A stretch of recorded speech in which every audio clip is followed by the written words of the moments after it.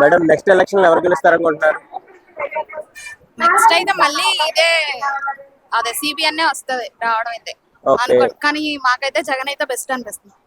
ఏది ఫేవరెట్ కాదు, కానీ మాకు ఈ బస్సు ఫ్రీ బస్ వల్ల చాలా ఇష్యూ అయిపోయింది.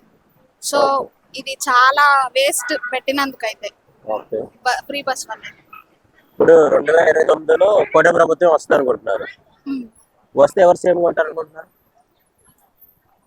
చంద్రబాబు గారు. చంద్రబాబు నాయుడు గారేనా? వైఎస్ఆర్ పాలనలో ఇప్పుడు వచ్చి మళ్ళీ టీడీపీ పాలనలో రెండిట్లు ఏది బాగుంది? ఎట్లా అంటే వైఎస్ జగన్దే బాగుంది. మాకు డెవలప్మెంట్ లేదు దేనికి. ఇప్పుడున్నదైతే డెవలప్మెంట్ లేదు. సో ఫ్రీ బస్ అనేది మనకి ఆర్టీసీ మీద చాలా ఇన్కమ్ వస్తుంది.